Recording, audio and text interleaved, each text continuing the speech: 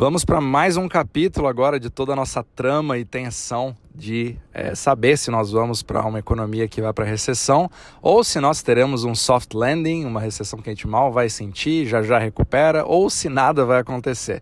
E a gente sabe que é uma guerra entre o Smart Money e o Fed, mas agora nós temos aí novos indícios, né, novas evidências bastante fortes de que o petróleo, que é o componente mais forte de todos, para poder mostrar um pouco sobre as atividades econômicas, ele vem gritando recessão, e eu quero explicar um pouco o que está acontecendo. Meu nome é Renaud Adorno, tenho 10 anos de experiência em comércio exterior e venho há mais de 8 anos investigando para onde vai a liquidez do mundo e para onde vai a macroeconomia, e passando esse conhecimento para você. Você pode me encontrar tanto no Instagram, como no YouTube, como também no Spotify. Basta me encontrar pelo nome Renaud Adorno. Então vamos lá, nós temos aí uma guerra travada entre um mercado que parece que está ali tudo bem, né? Um mercado de ações, etc. E na verdade ele está sendo muito guiado por algoritmos, né, eletrônicos, como HFTs, que vão subindo ele automaticamente, porque o mercado está doido por uma injeção de dopamina. E por outro lado, o mercado que realmente vê no longo prazo, que é considerado aí como smart money, que é o mercado de bonds, com uma curva invertida gritando recessão. Mas quem tem razão, né? Pessoalmente, eu quero ver cada vez mais o que a economia real nos fala, porque para mim ela tem muito mais peso do que simplesmente discursos do Jerome Powell e do Fed. E hoje nós temos aí alguns dados interessantes que podem aí ajudar a gente a fazer essa investigação, que são indicadores do petróleo. Então, um dos indicadores muito interessantes, que na verdade ele é um indicador muito confiável para a atividade econômica, porque ele não é um lagging indicator, ele não tem um fator de atraso, né, como existe o próprio CPI ou como a própria inflação dos aluguéis ou dos preços imobiliários, etc. Não, o petróleo ele é bastante rápido, porque você consegue ver em tempo real qual que é o estoque, né, de petróleo. Então a gente sabe que a gente teve uma pandemia que parou completamente toda a economia. A gente teve uma época que o petróleo chegou a preços negativos, porque as pessoas estavam pagando para outras poderem estocar o petróleo e se livrar daquele problema, porque justamente a economia não demandava absolutamente nada de forma artificial. E aí a gente tem toda uma narrativa agora, né, para aqueles que estão otimistas sobre o mercado, aqueles que pensam no bull market, digamos que nós estamos voltando agora, nada vai acontecer, está tudo dando certo, o mercado de ações está subindo e a bolsa está subindo, está tudo dando certo, e na verdade nós estamos voltando à ativa. É que a China teve a sua abertura de mercado, né? Então a China agora voltou, teve a reabertura, ou seja, a atividade industrial vai voltar com tudo, e eles são praticamente o maior importador de petróleo do mundo, ou seja, nós vamos ter uma demanda que vai arrasar.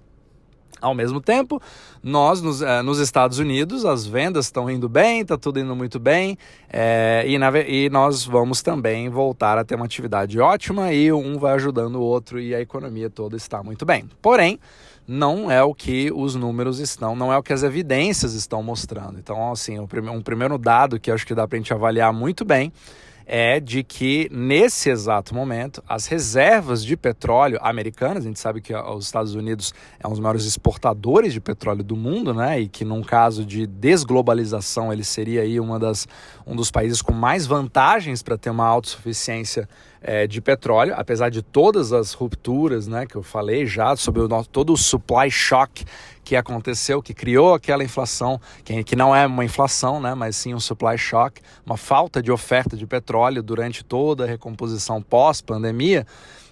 Os Estados Unidos mesmo assim estão numa situação privilegiada.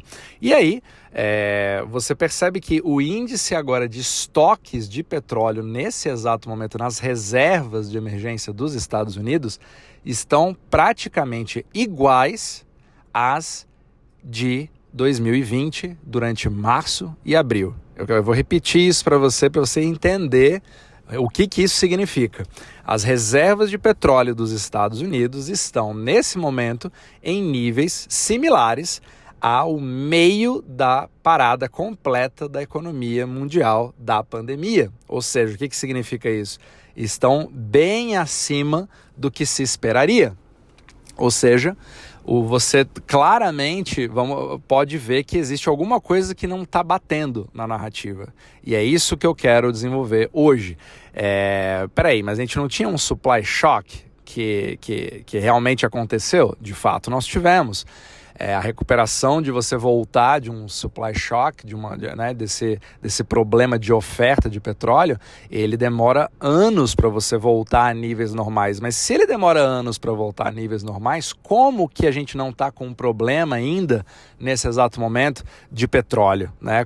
Por que a gente está vendo ali até uma queda de preço nas bombas de gasolina nos Estados Unidos? Por que a gente não está tendo um problema nesse exato momento que faz com que a inflação, o índice de preços ao consumidor, né, não a inflação, mas o CPI, esteja alto, né? E na verdade ele vem caindo ao longo do tempo. Então tem que ter alguma explicação de onde é que está vindo todo esse petróleo, né? Essa que é a grande pergunta, tem alguma coisa errada aí. E é aí que pode ser que a gente tem dois grandes indícios que você pode ver baseado nisso, que na verdade nos evidenciam claramente que o problema não necessariamente vai estar na parte de oferta, do supply shock, que na verdade existe. Mas e se o outro lado da equação, a demanda, for muito menor do que essa oferta, mesmo ela sendo menor? Percebe a situação?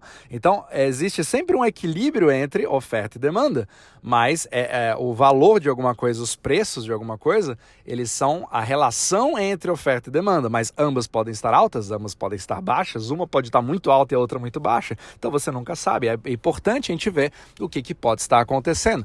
Então, nós temos uma evidência forte de pouquíssima demanda por petróleo, mas o que significa isso? De onde pode vir isso? E a gente percebe cada vez mais que o mercado aposta muito nessa abertura da China, que já aconteceu, essa reabertura, a volta com tudo, deram a desculpa do Ano Novo Chinês, da parada que houve em fevereiro e tal, mas sempre depois do Ano Novo Chinês, aquelas 2 semanas que os chineses param completamente, eles voltam com tudo. E não é o que nós estamos vendo. Não estamos vendo uma retomada na atividade industrial, não estamos vendo uma retomada na atividade de consumo, nada muito expressivo. E isso faz com que, obviamente, isso sugira que exista uma queda drástica de exportação de petróleo dos Estados Unidos para a China. Mas não somente isso, você também consegue ver um grande problema de demanda dentro dos próprios Estados Unidos, onde você não tem uma atividade industrial americana que justifique um aumento do consumo do petróleo. Pelo contrário, você está vendo índices industriais se deteriorarem cada vez mais, né? Inclusive até a própria inflação de produção, que é o PPI, que ele é voltado mais para bens de produção, né? Para a cadeia de consumo das indústrias, ele também vem caindo. Você percebe atividades de compras, né? De estoques também caindo. Você percebe demissões que acontecem nas empresas de Big Tech. Então isso também demonstra uma queda. Você tem também no próprio mercado de real estate, que eu vou fazer um outro capítulo falando só sobre essa parte também, evidencia uma lentidão cada vez maior na economia americana. Então a gente sabe que recessão não é uma coisa que acontece da noite para o dia, ela vem acontecendo aos poucos até o momento que todo mundo se pergunta que diabos está acontecendo, e é aí que você já está dentro dela. Então a gente precisa avaliar quais são as evidências para isso.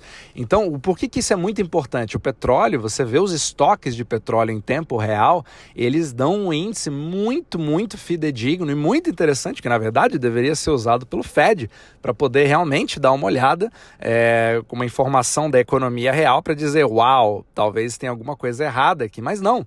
Eles continuam vivendo no mundo da lua, pegando simplesmente o CPI, que é um índice composto, que ele é com efeito retardado de meses atrás, para poder tomar decisões sobre agora. Mas o mais irônico é que o preço do petróleo, ele faz parte do CPI, ele é um dos índices mais fortes ali. certo? E ele vai acabar, se continuarmos dessa forma, então vai ser muito importante a gente acompanhar ao longo dos próximos meses como que se dá a evolução do estoque de petróleo nos Estados Unidos. Porque no momento você pode falar que, poxa, maravilhoso, né? Você tem mais estoque, eu não quero que tenha um supply shock, eu não quero que o preço da bomba da gasolina suba para mim, eu quero que tudo fique muito bem. Por esse lado, você pode até achar que é positivo, mas por outro lado, pelo lado industrial, você não está tendo essa queda de preços, ela não sugere que ela seja da melhoria do supply, da oferta de petróleo. Então essa seria bastante saudável, porque aí mesmo que a indústria esteja bombando,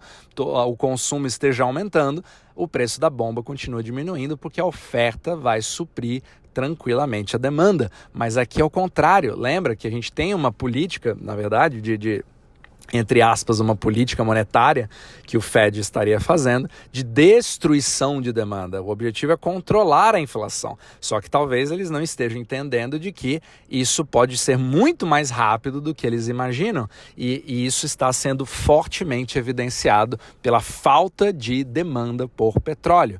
Então, esse é o pior motivo possível para você começar a ter quedas no preço da gasolina na bomba ou excesso de estoques acumulados. E aí é uma somatória do maior consumidor externo de petróleo do mundo, que é a China, e do maior mercado consumidor do mundo, que são os Estados Unidos. E os dois juntos agindo com essa demanda despencando pode criar um sério problema deflacionário na economia.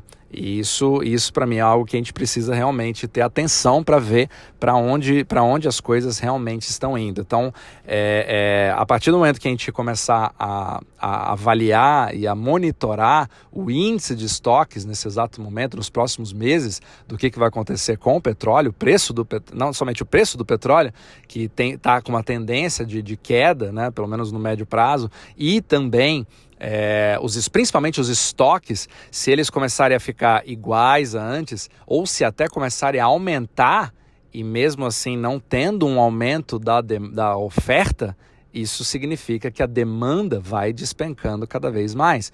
E isso sim poderia mostrar que nós temos uma evidência cada vez mais forte de recessão, que aí lá na frente começa a aparecer na economia real do consumidor, enfim, que vai começar a falar, né, para as outras pessoas que algo está muito errado na economia, que as coisas não estão batendo. É mais ou menos assim que uma recessão começa a funcionar de fato. E aí pode ser que realmente o smart money já tenha precificado isso há muito tempo atrás, e é para isso justamente que eles estão preparados. Então vai ser muito importante a gente poder ver e acompanhar isso ao longo do tempo para a cena dos próximos capítulos, e principalmente caso isso de fato aconteça, como que o Fed vai reagir? Será que ele vai se desesperar, voltar, parar de subir juro, começar a ter até uma queda para, entre aspas, reestimular a economia? Então essa que é a grande jogada, de você já ver com antecedência o que está acontecendo para poder prever um comportamento humano de alguém que você já sabe que está usando índices errados